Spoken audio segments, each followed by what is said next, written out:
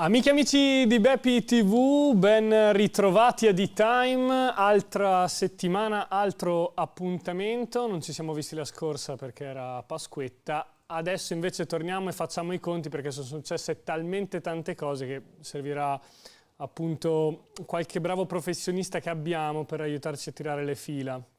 E partirei da introdurre la squadra come sempre che mi accompagna, partirei con introdurre Manuel Pascali che ci chiama da lontano, ma non Da un così aereo? lontano. Da un aereo? No, no, no, ci sono ragazzi, sono in cabina di regia, pronto. Ciao Fede, Ciao buonasera, Manu, bentornati tutti. bentornati con le cuffie anche per fare chiaramente scena. Il figo, non sarà niente, però mi piacevano. Sì, sì, molto, molto sceniche, molto sceniche. Abbiamo anche degli ospiti in attesa dell'altro nostro compagno di squadra che ovviamente conoscete. Intanto però abbiamo due ospiti, due protagonisti del girone B. Partiamo da Lorenzo Costa del Club Milano. Buonasera, Ciao buonasera a Lorenzo, tutti e buonasera. grazie dell'invito. Grazie a te. Abbiamo con noi anche Gianluca Mazzi, portiere del Legnano. Ciao, buonasera, buonasera a Ciao tutti. Gianluca. Ciao, buonasera. Ciao. Intanto che aspettiamo il nostro amico Giovanni Capobianco che ha sempre questa... Iniziamo a mettere un po' di, iniziamo a mettere un po' di multe però Fede, per favore, che poi a fine con gli ospiti a fine campionato andiamo a Ma in cena. realtà tu non lo sai, ma a me le Veramente. paga Giovanni le multe, le paga direttamente a me. Mi fa Ah, PayPal ok. In realtà me le manda prima di venire perché sa già che sarebbe Perché sarà sa in già che ritardo. Sì, ok. sì, sa già Beh, che ma sarà tipo in gli hai fatto lo ritardo. sconto, ogni 10 minuti un omaggio. Mm. Allora, abbiamo un tema di giornata che è una notizia di un'ora fa e che riguarda l'Atrizium perché è stato esonerato De Paola, allenatore dell'Atrizium. La società ha comunicato che la panchina verrà affidata a Mauro Pizzocchero, tecnico della Juniores, che ricoprirà il doppio incarico fino alla fine della stagione. Manu, la situazione dell'Atrizium era abbastanza critica, se non totalmente compromessa. Settima partita consecutiva senza segnare Mamma e, mia. è appunto una fatica incredibile. In questa settimana è arrivata appunto la sconfitta per 0-1 contro l'Arconatese, che è stata poi decisiva. Secondo te è ormai compromessa definitivamente la stagione perché hanno 28 punti, diciamo che davanti Così hanno Legnano che ne ha sembrerebbe. 34, poi Calepina 38, Castellanzeri C'è 38. discorso sempre, no, poi il discorso qualora riuscisse nel miracolo, il discorso Forbice non è, sì, sia loro che il Ponte San Pietro sembrerebbero ormai quasi giù, però ci si prova, manca ancora qualche partita, hanno deciso la società di provarci fino all'ultimo, soluzione interna, e vediamo, però 7 partite senza far gol, ragazzi, è dura, eh? Sì, poi O fai 7 pareggi, poi speri che gli altri rallentino, se no è dura. Sì, poi è paradossale perché avevano cambiato l'allenatore con lo stesso Sì, problema, avevano rivoluzionato l'attacco e sembrava andare tutto bene per un po' di partite e dopo si è ritornati nello stesso vortice di sterilità. L'Atrizium ha segnato 22 gol quest'anno in 34 partite. Eh, Solo il Crem ha fatto lo stesso numero di gol, appunto salvarsi così diventa veramente, veramente difficile. Il Legnano invece, Gianluca è un po' in ripresa, è arrivata una vittoria, e sono 34 ore punti in classifica, che momento... Pareggio, pardon, in campionato, sì, intendevo. Avete pareggiato con la Real Calepina appunto 0-0. Che momento state vivendo? Perché con questa vittoria potevate avvicinarvi ulteriormente, è arrivato un pareggio, però comunque siete là. Sì, sì, no, sicuramente stiamo vivendo un buon momento le ultime 4 partite e le prossime 4 partite per noi saranno delle finali, come tutte le altre squadre che si devono salvare e tralasciando l'aspetto societario noi stiamo pensando solamente al campo e tutta la squadra pensa a salvarsi. Ma e domenica invece che partita è stata? Ieri? No, domenica è stata una partita tosta. su un campo comunque difficile e anche loro si giocavano come noi, tra virgolette, la partita della vita e Si è è un punto visto? che ci portiamo a casa. Queste partite sarebbe bene vincerle, ma anche con un punto ti accontenti perché se si tornava a casa con una sconfitta sarebbe diventata dura, diciamo. E è un punto che ci tiene in vita e guardando anche gli altri risultati siamo fiduciosi nella salvezza. Sì, allo stato attuale delle cose sarebbe proprio la Real Calepina, la squadra con cui vi giochereste i play-out. Li avete visti una squadra al vostro livello o hanno qualcosa in più, come dice poi la classifica, che in realtà sono 4 punti? No, no, sicuramente sono comunque una squadra tosta che tutti gli anni è sempre lì in quella zona di classifica e quindi sono abituati a stare lì e noi comunque non siamo da meno e nel caso si dovesse giocare un play-out contro di loro ce lo giocheremo fino alla fine. Assolutamente.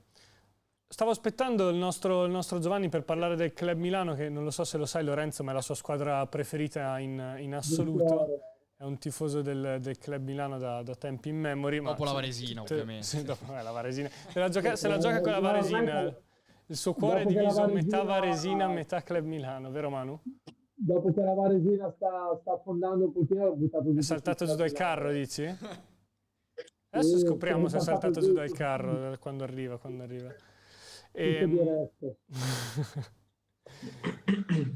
E no, invece appunto Lorenzo, voi siete tornati alla vittoria settimana scorsa, questa settimana avete pareggiato 2-2. Partiamo dalla partita di questa domenica che comunque era importante per consolidarvi, importante era soprattutto non perdere, credo, per non far Sì, avvicinare esatto. Castellanzese e Real Sì, Calepina, è andata noi così. siamo partiti con l'idea di fare punti, anche se sapevamo che andavamo a affrontare un avversario forte, fuori casa, quindi comunque una partita complicata.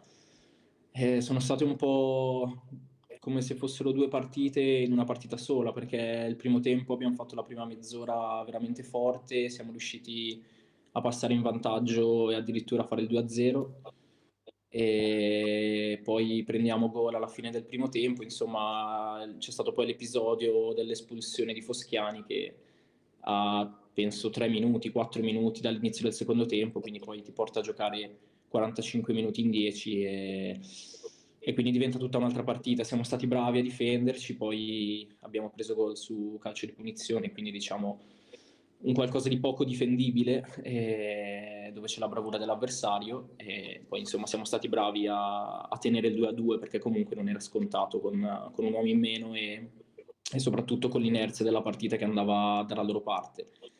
Quindi insomma un buon punto anche vedendo i risultati delle altre squadre e, insomma mancano 4 partite ma è ancora lunga, nel senso che tutte danno battaglia e insomma finché non c'è la matematica noi dobbiamo dare tutto e dar battaglia ogni partita. La prossima domanda, Lorenzo, non te la faccio io, te la farà direttamente Giovanni Capobianco, che come ti dicevamo è appunto un vostro tifoso, quasi dichiarato. Oggi elegantissimo. Buonasera Giovanni. Più che tifoso del Club Milano di Costa. È arrivato tardi perché si è messo tanto a bottonare la camicia, secondo me, Manuel. No, ragazzi, quando mi vedete perché si inizia a lavorare tanto e quindi un po' di ritardo me lo dovete consentire. Poi in questi giorni di traffico, quando si sposta, è una corsa continua. Ne scherziamo, Giovanni. Poi appunto. Ma Giovanni, adesso le trattative adesso anche via video call si fanno? Ogni tanto. Però se conosco Giovanni è uno che preferisce discutere davanti a un buon caffè. Vis-à-vis. No, ma questo è un po' come quando ti dicono che i calciatori, che è la verità, vanno visti dal vivo e non su Westcloud. Confermo. I rapporti veri in questo lavoro si fanno faccia a faccia. Una domanda per Lorenzo ce l'hai? Visto che ho saputo che avete anche appunto un trascorso, un presente. No, io chiedo a Lorenzo, che poi è una domanda che ogni tanto gli ho fatto già in passato, secondo lui quali sono i suoi punti deboli e su cosa deve migliorare per poter fare un salto di categoria? Ma è una domanda che mi faccio spesso anch'io, perché cerco sempre di trovare qualcosa da migliorare. E ci sarebbero tante cose, ma ti dico, di primo impatto mi viene da dirti essere più decisivo, essere più presente magari sul tabellino, visto che comunque in questa stagione al momento non ho ancora segnato. Poi per carità il mio ruolo è un altro, i tanti gol devono farli magari altri giocatori. Penso di dover migliorare magari anche dal punto di vista della personalità, che è una cosa che quest'anno sto migliorando, ma appunto so che posso crescere, perché comunque il mio ruolo è un ruolo chiave all'interno del campo, della squadra, quindi essere un giocatore che si prende le sue responsabilità è una cosa che mi piace, e so che però devo migliorare su questa cosa. Quindi penso questo. Posso dire che Lorenzo... Vai Gio, no, però volevo fare un complimento a Lorenzo. Io ti fai il complimento. Io penso che Lorenzo sia uno dei calciatori nel ruolo più completi in assoluto direi della categoria. Insomma, poi ogni girone ha il suo perché. Probabilmente anche uno di quelli più sottovalutati, perché arriva in B tardi, ha fatto un giro un po' strano a livello di carriera, ma io credo che abbia tutte le qualità per poter recuperare molto velocemente il tempo perso. Questo primo anno di apprendistato con la D ha dimostrato che è un giocatore, secondo me, che può puntare ad una categoria superiore e che ha rare qualità. A volte quando lo vedi giocare ti accorgi che ha delle letture in cui tu, guardando i video a rallentatore, non riesci a capire come abbia fatto a vedere un determinato movimento. Questo è roba che non si vede con una certa frequenza. Grazie, ti ringrazio. Complimento di Pasca anche, visto che facciamo... Io invece volevo dire... No, al di là del calcio, perché vado a dire... No, veramente si esprime con grande destrezza nella lingua italiana. Non voglio, Gianlu, non voglio togliere niente a te, però parla bene, mi piace. Comunque, no, mi piace perché comunque, dai, ogni tanto il calciatore, anzi ogni tanto, molto spesso bistrattato, invece comunque capire che c'è dietro dell'istruzione fa sempre piacere, comunque della capacità di parlare e di argomentare. Bravo. Merito dell'istruzione e del talento, Lorenzo. Vabbè, dai, in questo caso un po' dell'istruzione. Aiutato, diciamo. Cioè, sicuramente non si è fermata alla terza media, mi sembra di capire. No, esatto. Vero. Invece, Lorenzo, volevo chiederti del momento che avete vissuto in precedenza, voi del Club Milano, appunto quelle 3 partite senza vittoria, con uno specchio anche sulla zona play-out che iniziava ad affacciarsi. Come le avete vissute, come avete tenuto la calma e in generale, secondo te, anche come sono arrivate queste sconfitte? Guarda, ti dico, durante la stagione in realtà ci sono stati tanti momenti, insomma, alti e bassi, dove magari ci siamo trovati a un passo dall'essere all'interno dei play-out, dove magari potevamo prendere un respiro un po' più tranquilli, no? E queste 3 partite, come dicevi, sono arrivate 3 sconfitte consecutive, quando in realtà comunque in queste 3 partite abbiamo sempre fatto una buona prestazione. Mi ricordo a Castellanza soprattutto, dove usciamo sconfitti ma facciamo una grande partita, secondo me, e quindi sapevamo che era la strada giusta, quindi continuare come stavamo facendo, continuare a difenderci forte e a essere uniti, e prima o poi sapevamo che qualche episodio sarebbe girato anche dalla nostra parte, perché dopo un po' di prestazioni per forza ti deve tornare qualcosa. E così è stato. Infatti in casa con la Varesina, dove è arrivata la vittoria, abbiamo fatto una partita perfetta, perché comunque quando giochi contro la Varesina l'unico modo che hai per fare punti è fare la partita perfetta, quindi siamo stati bravi, e poi ovviamente alcuni episodi sono girati dalla nostra parte e abbiamo portato a casa i 3 punti. Quindi niente, la chiave di queste 3 partite è stato il mantenere, diciamo, l'unione all'interno del gruppo e avere ben chiaro l'obiettivo, che è quello della salvezza.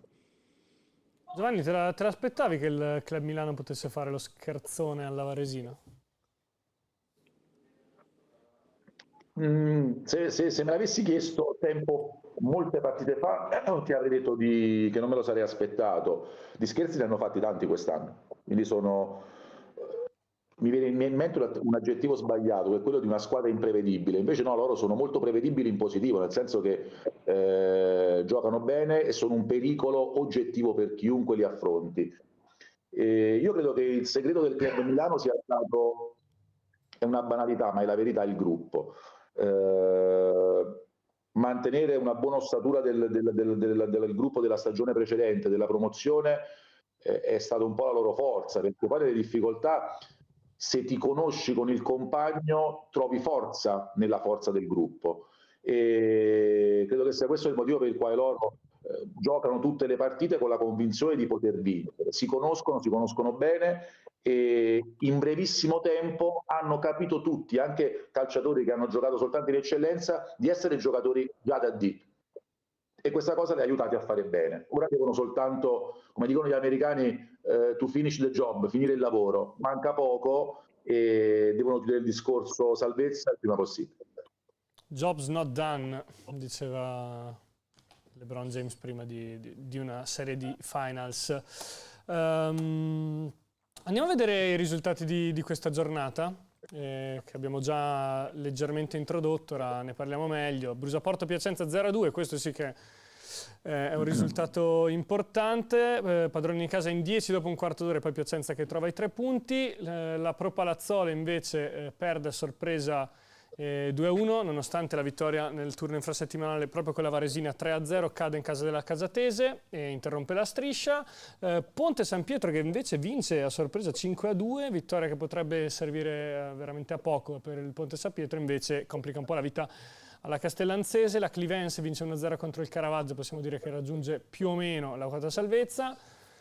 Folgore che cade in casa contro il Desenzano, e di questa partita ne dovremo parlare, visto che il Desenzano allunga 10 risultati utili consecutivi, ora sta solamente a 4 punti dalla vetta, era impensabile tempo fa.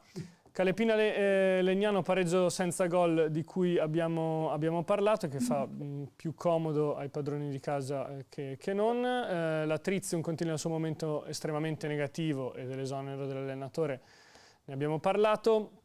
Il big match di giornata vedeva poi ancora una volta il Caldiero impegnato contro la Varesina, 2-0, vinto anche il secondo big match consecutivo dopo averlo fatto settimana scorsa contro il Piacenza. Villavalle 4-2 sul Crema, e il pareggio di cui abbiamo parlato tra Virtus Ciserano Bergamo e Club Milano. Signori, direi di partire appunto dal Caldiero, che 2 settimane fa, parlando con Zerbato, diceva avrei firmato per 4 punti, alla fine ne hanno fatti 6 e si trovano lì a un passo. Ha bleffato. Fosse dipeso da lui, che tra il resto ha segnato la settimana dopo il programma, ha fatto gol e assist in questa giornata, il Caldiero avrebbe 2 punti in meno perché ne ha fatti 6. Manu? Te l'aspettavi una doppia vittoria così del Caldiero, che sembrava un po' una squadra in discesa? Sì, sembrava un attimo in flessione, però invece ha fatto questo strappo che potrebbe risultare decisivo. Vediamo, alla fine il Palazzolo, guarda, io dopo la gran vittoria con la Varesina ho pensato, ma va a casate, non è un campo facile, stretto, piccolo, sintetico. Ci sta un po' quella sensazione di essere forti, che vai un po', non dico con la pancia piena, però con la convinzione di poter vincere facilmente. Invece su quel campo lì si fa fatica. Con una squadra forte che poi comunque non sta facendo benissimo, ma nell'occasione giusta ti mette in difficoltà. E adesso vediamo, lì davanti il Caldiero si è ributtato dentro. Desenzano, voglio vedere se riesce a vincere tutte da qua alla fine. Chissà, sarebbe clamoroso. Se vincesse il Desenzano sarebbe la cosa lo scenario più clamoroso di tutti, anche più della Pro Palazzolo, anche più dell'Arconatese che torna in testa a sorpresa. Sì, no, perché sarebbe la sesta forse capolista che si è dopo ne alternata lì parliamo. davanti, ma lo fa l'ultima giornata, cioè pensa che roba pazzesca. Dopo abbiamo un approfondimento sulle capoliste e ne parliamo. Giovanni, stai per dire qualcosa? Vediamo. No, stavo per dire che mi dispiace che ci sono squadre che stanno facendo un sacrificio enorme di rincorsa. Una di queste è la Pro Palazzolo. Pro Palazzolo è la prima in classifica fino a domenica e essere primo in classifica in questo momento vuol dire che se le vinci tutte vinci il campionato. Quindi quando sei primo, oggi lo scettro passa di nuovo al Piacenza, che è artefice del proprio destino. Quando invece devi rincorrere devi sperare in un passo falso degli altri. Mi dispiace che nessuna delle squadre minori rispetto alla squadra maggiore che è il Piacenza riesca mai a dare un po' di continuità. E c'è stato in prima in classifica l'Arconatese, poi c'è stata la Varesina, c'è il Caldiero, c'è stato il Pro Palazzolo, poi alla fine ci ritroviamo a poche giornate dalla fine ad avere capolista la squadra che deve vincere il campionato. Un po' mi dispiace, non me ne vogliono gli amici di Piacenza, ma un po' mi dispiace perché sai, quando vince la squadra scontata a noi non è che ci fa troppo piacere. Se dovesse vincere qualcuna delle outsider magari ci fa un po' più piacere. Visto che avete parlato tutti entrambi della storia delle capoliste in questa stagione, andiamo a vedere il focus che avevamo preparato, stravolgiamo un attimo la scaletta, andiamo a vedere la testa della classifica come è cambiata in questo girone B di Serie D. All'inizio sono state 6 le capoliste diverse durante questa stagione, perché c'è stato anche il Legnano alla terza giornata. Adesso chiediamo a Gianluca se si ricorda di quei bei tempi. L'Arconatese è la squadra che c'è stata di più durante la stagione, 17 giornate in testa. L'Arconatese appunto a 17, il Caldiero seconda a 9, il divario comunque è interessante. 9 la striscia di giornate più lunga della stessa squadra in testa alla classifica, appunto è stata l'Arconatese dalla 12ª alla 21ª giornata. 4 invece le giornate in testa dell'attuale capolista, il Piacenza, ovvero le ultime. Una che è stata in condivisione con la Pro Palazzolo e che vedete appunto in grafica verso la fine.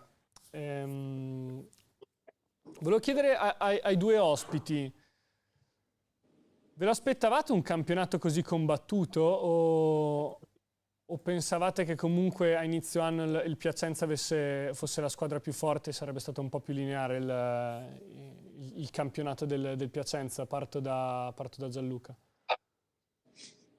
Sentite? Sì. Perché c'ho problemi un po' di connessione. Sì, ti sentiamo, Gianluca. No, sì, ma come abbiamo visto domenica, ogni partita è una partita a sé, perché Ponte San Pietro ha vinto a Castellanza e tutte le domeniche comunque c'è un risultato che non ce l'aspettiamo e quindi ogni partita va combattuta con qualunque squadra. Ma tu ti aspettavi che il Piacenza l'ammazzasse? Come, scusa? Tu ti aspettavi che il Piacenza ammazzasse il campionato? Ma sicuramente il Piacenza a livello di società e a livello di squadra penso sia la più forte a livello di giocatori, però è comunque un campionato abbastanza equilibrato e quando va in campo la domenica si parte 0-0 con qualsiasi squadra e te la vai a lottare con tutte, dalla prima all'ultima. Lorenzo? Guarda, detto che dico... la vetta della classifica non vi riguardava inizio anno, però un'idea magari te l'hai rifatta. Certo, poi non avendo mai fatto questa categoria io mi aspettavo che il Piacenza, come diceva Manuel, ammazzasse il campionato. Io mi aspettavo un divario magari tra il Piacenza e magari 1 o 2 squadre a inseguire e poi le altre dietro.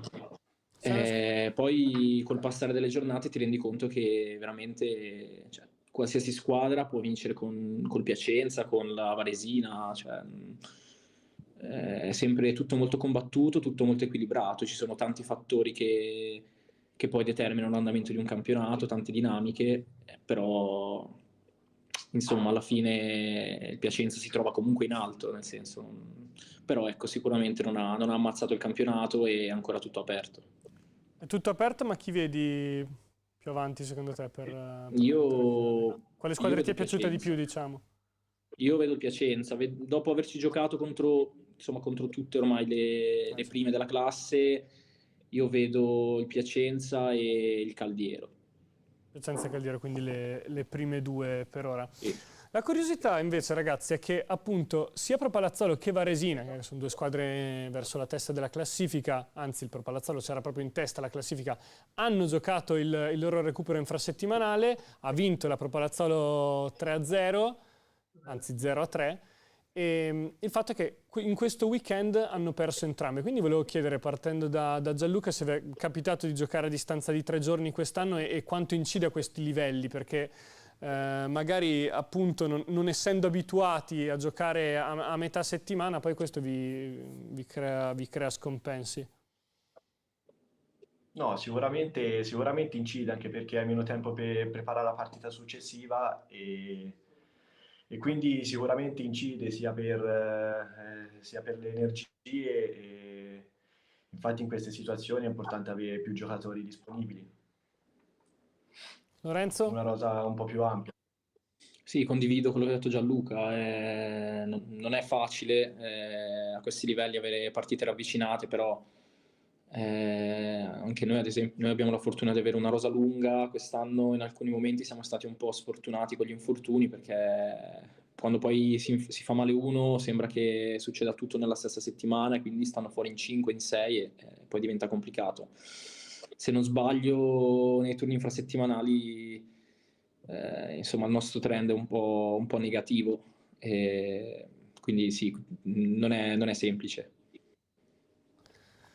Ottimo, direi che possiamo parlare del Desenzano, Giovanni, che tu mi sembra tempo addietro indicasti come non ancora fuori dalla zona playoff. Sì. O comunque Sì, non fuori dalla corsa. Ieri vittoria 2-0 con Desenzano. Ne ho dette talmente tante nel corso di quest'anno. Le ha dette tutte, Giovanni, non tante, tutte le ha dette. Tutte le ha dette. Anche a Legnano dopo 3 giornate. Non c'era ancora la trasmissione, però una cosa che invece però questa domenica mi ha dato ragione, cioè, io dissi a suo tempo che il Ponte San Pietro si sarebbe giocato la salvezza, perché la reputo una squadra di valore alto, più alto rispetto alle squadre che stanno lottando per non retrocedere.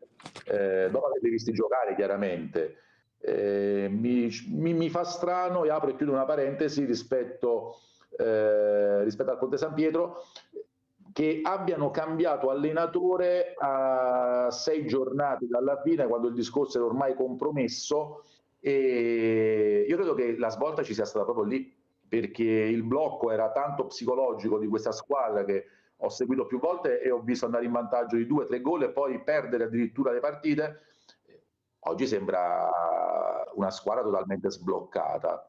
In questo caso il cambio di guida tecnica, a prescindere dai meriti o dei demeriti degli allenatori che sono stati sulla panchina precedentemente, serve tanto a livello psicologico, e questo Ponte San Pietro probabilmente aveva bisogno di un'azione del genere da parte della società per iniziare a marciare. Attenti al Ponte San Pietro da qua alla fine, non so se avrà ancora la possibilità di salvarsi, visto che la posizione è alquanto compromessa, ma darà fastidio.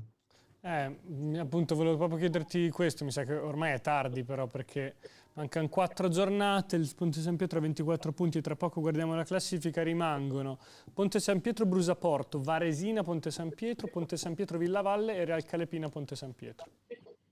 Potrebbe anche vincerle tutte e non farcela ad entrare nei play-out, perché il calcolo va fatto rispetto alla Castellanzese, che se non sbaglio ha un più 14, insomma potrebbero recuperare 7 punti in 4 partite diciamo sulla Castellanzese.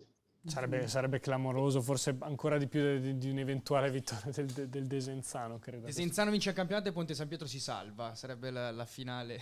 Scherzo. Scegliene una, Manuel. Qual è il più probabile? Desenzano che vince il campionato. Eccola. Annunciamela.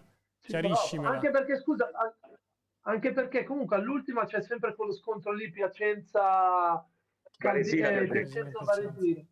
Che però ormai la Varesina sarebbe un peccato se la Varesina arrivasse senza l'opportunità di vincere il campionato, perché potrebbe facilitare un po' di più il compito del Piacenza, perché quella era la partita che anche il Caldiero, l'altra volta lo diceva il capitano, guardava con un po' di, sai, sul trespolo. Esatto. A gufare. Da qui alla fine del campionato stavo guardando al Desenzano, invece mancano Casatese, Trizium, Arconatese e Caravaggio. Può pure fare. Può fare 12 punti. 12 punti. Dai, guardiamo la classifica se ce l'abbiamo, regia, così facciamo un po' di ragionamenti, perché il Desenzano che fa 12 punti in questo momento è quarto a 62, arriverebbe a 74. Gli scontri diretti dovrebbe averli pure a favore col Piacenza, ma non so se in caso di pari punti al termine del campionato... Facciamo un bello spareggio, appunto, credo anch'io. Appunto, sì. Desenzano 74, Piacenza dovrebbe fare almeno 9 punti in 12, quindi... Desenzano quante vittorie di fila è? Perché io ne avevo contate 5, cioè finirebbe con 9-10 vittorie di fila, sarebbe una roba... Dovrebbe aver fatto 9 vittorie nelle ultime 10, che sono i risultati utili consecutivi, forse un pareggio e 9 vittorie, una roba del genere comunque. Peccato. Ragazzi, intanto ti abbandono e poi torno se riesco, vado a lavorare seriamente. Ti salutiamo, Manu. Dai, a dopo. Ciao ragazzi. Ciao.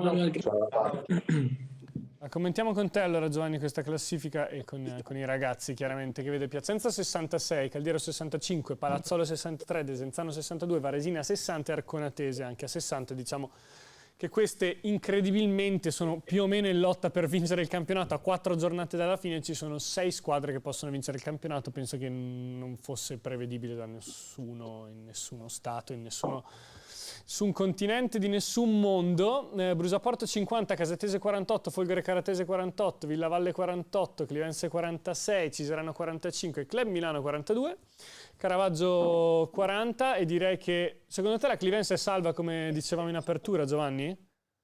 Sì. 46 sì, ma senza dubbi, in questo con 46 punti sì, assolutamente. Ma quant'è che avevamo stimato la quota salvezza? 45? Forse era un 45. Ma c'era stato qualche mister che l'aveva messa addirittura a 45-46. Io mi permisi di dire che, visto un po' la difficoltà delle ultime a fare punti, probabilmente poteva essere una quota un po' più bassa. Siamo lì. Il fatto è che davanti continuano a perderne punti, quindi per forza si alza la quota salvezza se scende quella per la vittoria del campionato, se non vado errato. A meno che non arrivino tutte proprio a pari punti. È così. E poi per quanto riguarda le prime, io credo che questo sarà il campionato dei rimpianti. Ripeto, non c'è stata nessuna squadra in grado di ammazzarlo questo campionato, ma le chance sono state tantissime. A riprova di un equilibrio enorme che ha caratterizzato l'intera stagione, a riprova del fatto, come diceva Gianluca, che ogni domenica sono risultati impronosticabili di squadre che improvvisamente si svegliano e fanno punti contro le presunte corazzate, però sai, quando sei lì davanti, e faccio riferimento oggi al Caldiero, a quando c'è stata l'Arconatese, magari forse l'Arconatese no, perché è stata in testa in classifica in una fase del campionato in cui mancavano ancora tante partite. Però c'è stata per tanto, come vedevamo prima, c'è stato proprio a lungo, quindi forse per quello può avere un po' di rimpianti, perché è l'unica che è riuscita a tenere la testa della classifica per un po' di tempo. Però come dicevamo, capita più o meno tutti gli anni che poi l'Arconatese a un certo punto molli. Sì, quest'anno si era ripresa la vetta in maniera inopinata, da parte, nel senso che non l'avevamo previsto, ormai l'avevamo data come fuori dai giochi, poi improvvisamente è risalita con una serie di vittorie e si è riportata di nuovo in vetta. Comunque, stavo dicendo, sarà il campionato dei rimpianti. Una squadra come il Pro Palazzolo, che fa una rimontata enorme, arriva prima in classifica, a poche giornate dalla fine, devi avere la forza di legittimare quel primato e di portarlo fino in fondo. Mi rendo conto che non è semplice. Sono stati sfortunati per il fatto di aver giocato domenica, mercoledì, domenica, e questa è una cosa che statisticamente si paga sempre. C'è un dato statistico che vidi tanto tempo fa: cui la percentuale di squadre che quando giocano la domenica rigiocano mercoledì e domenica, una percentuale intorno, mi sembra, tra il 10 e il 15% di squadre poi vince, anche se ha perso la domenica, difficilmente fa doppietta vincendo mercoledì domenica. Madonna. Ma aspetta, ma questa è roba matematica, e quindi insomma non mi sorprende che entrambe le squadre che hanno giocato l'infrasettimanale poi abbiano fatto fatica. Ma scusami, questa statistica è relativa solo ai campionati dilettantistici? A tutti i campionati. Sì, infatti lo vediamo anche in Serie A, le squadre che giocano in Europa League. È una rarità che la squadra riesca a portare a casa i 9 punti, ancora più raro che qualora abbia perso la prima riesca a fare doppietta e portare a casa i 6 punti nell'infrasettimanale e nella partita successiva, perché c'è un enorme dispendio di energia. Bello, questo numero mi è piaciuto. Che poi paradossalmente questo grande equilibrio che c'è stato in testa a tutto il campionato ha favorito il Piacenza, che era partito male ed è riuscito comunque poi a ritrovare, fare un filotto e a mettersi in testa alla classifica. Secondo me in altri gironi non so se sarebbe riuscita poi a tornare sopra. No, per come sarà messa, no, penso sia stata anche a più di 10 punti dalla vetta tranquillamente. Guarda, regia, io ti chiedo, visto che tu sei bravo con le statistiche, magari per la prossima settimana, di verificare negli ultimi anni, 10 anni, 15 anni, 20 anni di Serie D, chi ha vinto il campionato, se ha mai subito così tante sconfitte. Siamo a 8 del Piacenza. Perché ne parlavamo con Pascal la settimana scorsa e lui ci ricordava che quando ha vinto il campionato con il San Giuliano avrà perso 2 partite quella stagione, cioè vincere un campionato e perderne 6, 7, 8, addirittura c'è qualcuna che si sta giocando il campionato con 10 sconfitte. La Varesina. È una rarità. Sì, Varesina e Arconatese adesso sono quelle leggermente più staccate, hanno 10 e 12 sconfitte rispettivamente, che sono tantissime. Sono tantissime. Io credo che non sia mai vista una cosa del genere, però un equilibrio del genere anche non si è mai visto prima. Giovanni, posso farti una domanda un po' cattiva? Senza fare nomi, ma secondo te ci vogliono andare tutti in Serie C? O c'è chi non ci vuole proprio andare in previsione degli investimenti che vanno fatti, senza neanche fare nomi, che poi non è carino, sono tutte supposizioni nostre, ma secondo te a questo livello le squadre che sono in Serie D poi vogliono andarci tutte in Serie C? Anche io dico che negli anni passati, quando facevo il direttore, magari ero più dentro alle dinamiche, diciamo, alle informazioni, alla fuga di informazioni da parte di altre società. Dico che ci sono state società che si trovavano prime, seconde, non avevano interesse ad andarci, e così è stato. Qui posso fare un'analisi sulla base di informazioni personali o intuizioni personali, nel senso che se ragiono sull'Arconatese, l'Arconatese è una società che ha un allenatore ambiziosissimo, un direttore ambiziosissimo, che non rinuncerebbero mai a un salto di categoria, anche qualora la proprietà gli dicesse non abbiamo i soldi, non ci interessa. Secondo me per la professionalità di queste persone non rinuncerebbero mai a una cosa del genere. Il Desenzano ha il potere economico per poter fare la C. La Varesina ha una direzione sportiva che ha un programma impostato, ha una programmazione impostata a raggiungere la Lega Pro nel giro di 3-4 anni, e Piacenza insomma sono retrocessi, quindi la Serie C assolutamente loro forti, la loro volontà. Non ricordo chi manca, però Palazzolo mi sembra che abbia investito tanto, e quando si costruisce una squadra così lunga che costa così tanto, che secondo me poi non è mai un demerito, c'è sempre tanta bravura nel far coesistere tanti campioncini in una squadra che può vantare 2 formazioni titolari. Se costruisci una rosa così ampia è perché il campionato lo vuoi vincere. Sì, e chiaramente se l'obiettivo a luglio, ad agosto è avere una rosa lunga, lo fai perché vuoi arrivare fino in fondo. Sono d'accordo. Direi che secondo me se lo giocano tutte, sono tutte propense a vincerlo questo campionato, e poi insomma se qualcuno non dovesse poterselo permettere, insomma, saranno problemi che verranno successivamente. Anche perché poi è difficile spiegarlo ai giocatori: no, guarda, non vogliamo vincere, secondo me. O sbaglio? O dice che quello comunque si aggiusta in qualche modo? è una cosa complicata, perché poi è anche difficile poi eventualmente, quando ciò è accaduto in passato, accettare per un calciatore, per un allenatore, che visto che una promozione è un vantaggio per tutti, per una cittadina, per il sociale, è un vantaggio per i calciatori che possono trovarsi in una categoria che fino a quel momento non hanno mai incontrato, è un vantaggio per i direttori che possono avviare una nuova carriera e per gli allenatori. Quindi quando arriva la mazzata dall'alto, che non ci sono le risorse eventualmente per giocare in Lega Pro, o magari non c'è la struttura e non è l'interesse societario, è difficile farlo accettare a tutti. Ragazzi, io per fortuna non mi sono mai trovato in una situazione del genere, visto che la Caratese, qualora dovesse andare qualora fosse dovuta andare, oggi con la consecutio temporum, Costa, mi sto un attimo incartando, qualora avesse vinto un campionato anni fa, sarebbe stata felice di vincerlo. Pure di andare in Lega Pro. Certo. Ragazzi, a voi invece è mai capitato di vincere il campionato? Lorenzo l'anno scorso, Eccellenza Serie D, ha fatto il salto, giusto? Sì, l'anno scorso siamo saliti tramite playoff, quindi forse ancora più complicato. Poi... Forse è ancora più bello, però, perché non lo vedi arrivare.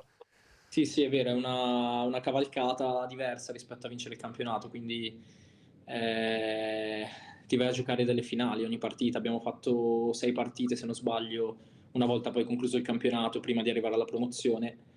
E, insomma, è stato magico, ecco, molto bello. Gianluca? Promozioni?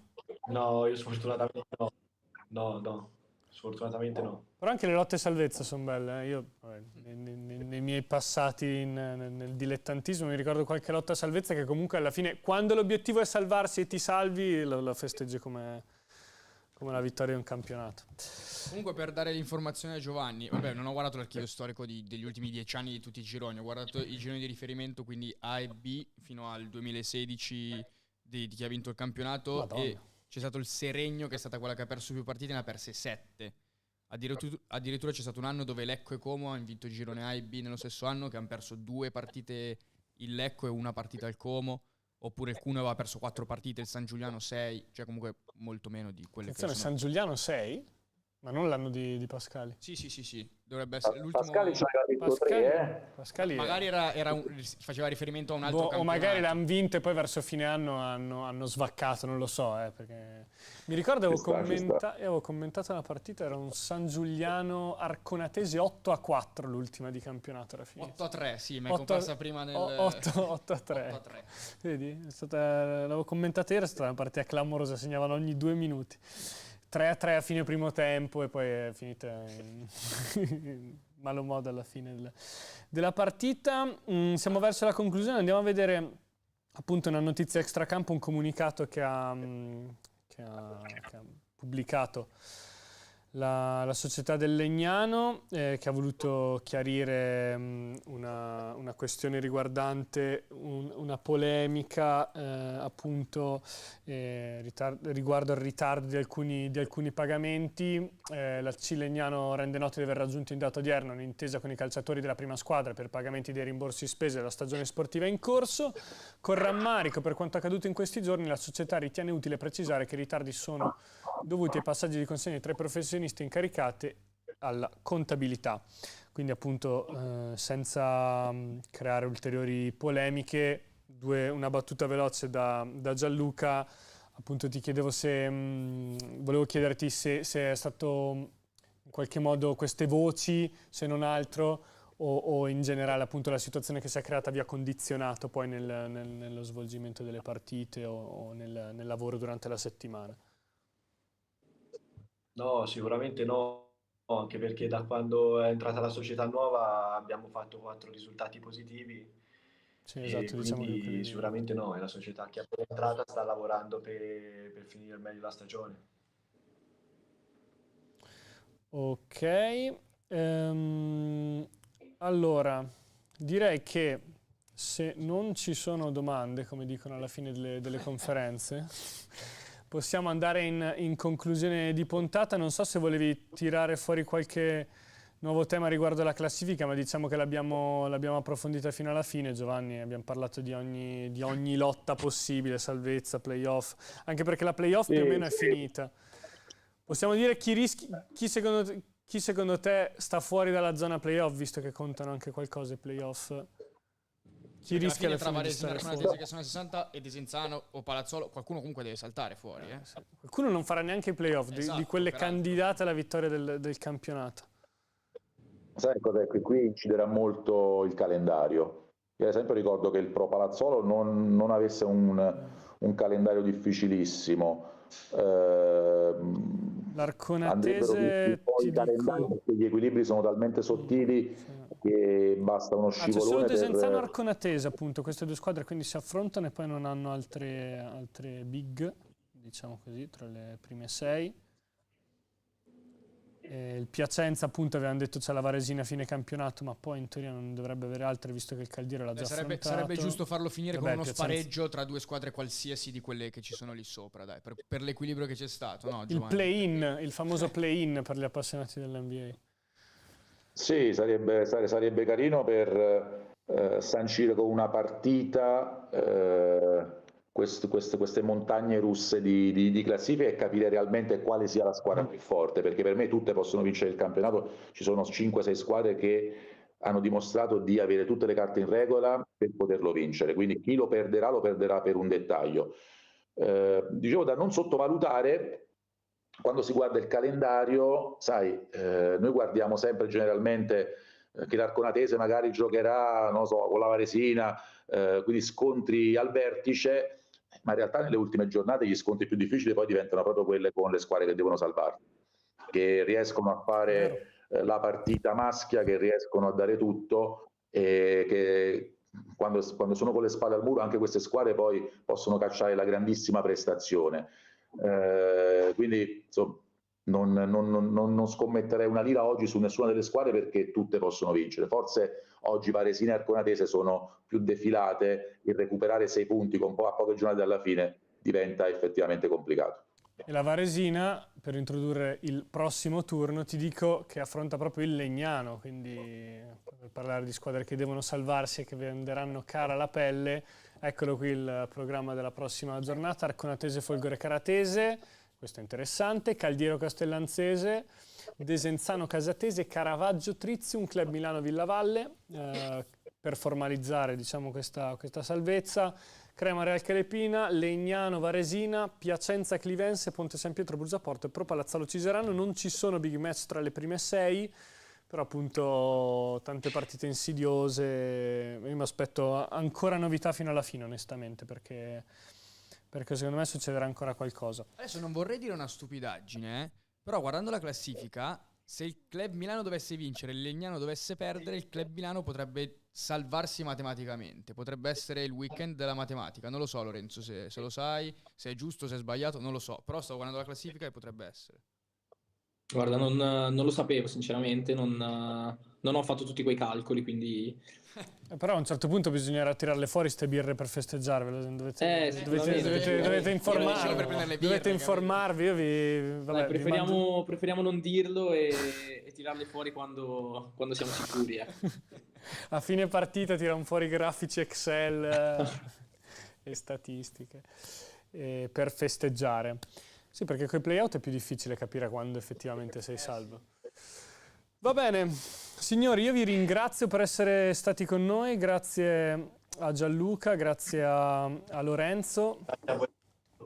Grazie a voi. Vi saluto e vi auguro una buona serata, un buon proseguimento di campionato, sperando e ricordandovi che di solito chi passa qui poi buona fortuna. Settimana scorsa, dopo gli ultimi appunto aggiornamento su grandi risultati, il Caravaggio di Doria ha vinto e ha segnato con gol di Doria. Mi sembra Doria. Zerbato invece 2 gol e un assist dopo due partite chiave per lo scudetto dopo essere stato qui. Continuiamo a aggiornare questa statistica. Fede, non dimenticare che era passato anche Didu, che si è trovato prima in classifica, certo. Ed era bello lontano dalla vetta. Bardelloni, Gianluca, tuo compagno, la settimana dopo ha segnato. Comunque, ti dico, sto giro secondo me pari il rigore, vabbè, non diciamo niente. Speriamo. Vi ringrazio ancora Lorenzo, Gianluca, alla prossima e buon proseguimento di campionato. Grazie altrettanto. Ciao, Lore. Ciao. Ciao.